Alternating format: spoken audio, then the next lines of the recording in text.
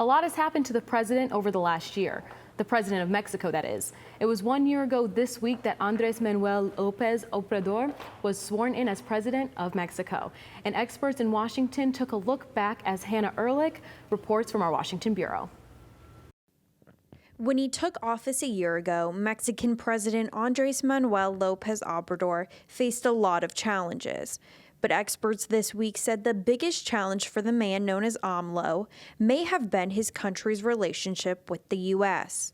And if you look at what has been the most important or the most efficient check that the Lopez Obrador presidency has faced during this year, it is not Congress, it is not the Supreme Court, it is not the press, it is not civil society, it is not the so-called markets or the private sector.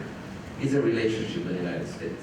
Those challenges have included working with the U.S. on asylum policies and border laws, and a relationship with President Donald Trump that has not always been smooth, said Rebecca Bill Chavez, senior fellow at the Inter-American Dialogue and the Peter D. Bell Rule of Law program. Well, unfortunately, I think he was basically, President Trump pressured him to accept the Remain in Mexico program. That program requires people seeking asylum in the U.S. to wait on the Mexican side of the border, a policy AMLO agreed to in the face of Trump's threat to impose tariffs on Mexican goods. It may not have been the most elegant way to get an agreement, but David Beer, immigration policy analyst for the Cato Institute, says it did the trick. You know, the other thing was the threat of tariffs ultimately was effective in bringing them to the table to negotiate over immigration. Bravo Regador, the professor at the Center for Economic Research and Teaching, calls it an ironic twist for Lopez Obrador, who ran promising a stronger Mexico.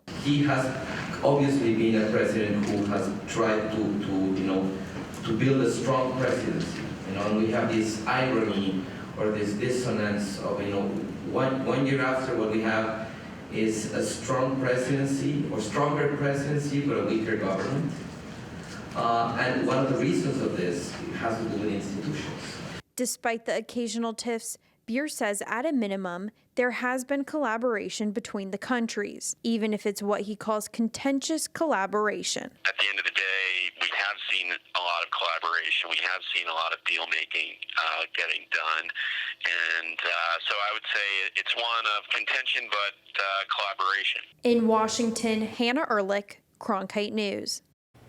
Obrador called for binational cooperation last week when President Trump said he wished to designate Mexican drug cartels as terror groups after the killing of 9 Americans in the state of Sonora. But while he called for cooperation, Obrador still warned against direct American intervention.